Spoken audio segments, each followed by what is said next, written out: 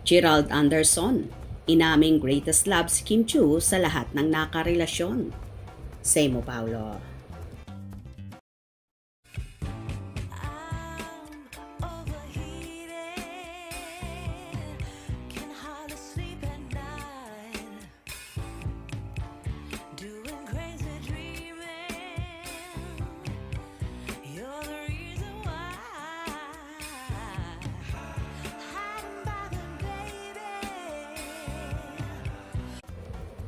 Marami nang nakarelasyong artista si Gerald Anderson, tulad ni na Kim Chiu, Sara Geronimo, Maha Salvador, Bea Alonso, at Julia Barreto.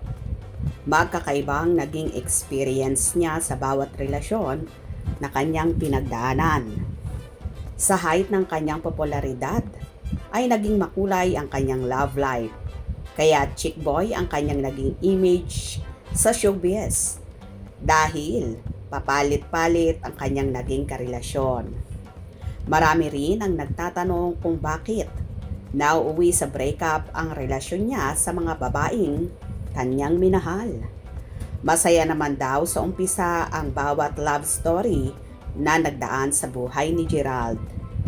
Pero sa isang interview ni Boy Abunda, inamin ni Gerald na sa lahat ng kanyang nakarelasyong artista, si Kim Chiu ang kanyang greatest love.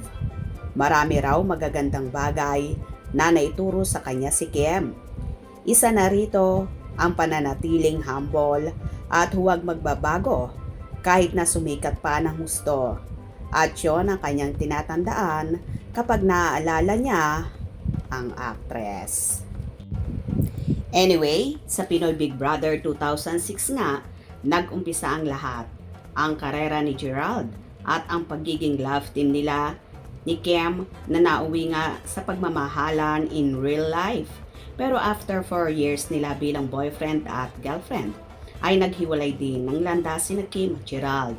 Marami kasi na magagandang alaala rin ang naibigay ni Kimi kay Gerald, kung kaya tinawag niya nga itong greatest love. Ikaw ba naman naregaluhan ka ng mamahaling gamit like malaking TV, Rolex watch, gold gear at kung ano-ano pa? Talagang blessings yun sa'yo at hindi mo basta-basta makakalimutan yon. Bukod pa dyan, kahit naman nagkahiwalay sila, ay naging okay na rin naman sila at nakagawa pa nga sila dati ng proyekto dahil para sa kanila, past is past. At saka hindi talaga basta malilimutan ang kabaitan at pagmamahal ng isang chinita princess na surreal talaga ang puso ng dalaga at todo kung magmahal. For sure, mapapatunayan yan ng ka-love team at napapabalitang jowa na ni Kimi na si Paolo Avellino dahil palagi silang magkasama at kahit ang aktor na pagtanturin ang kabusilakan ng puso at kabaitan ng actress. Hope you enjoyed. Please subscribe for more info.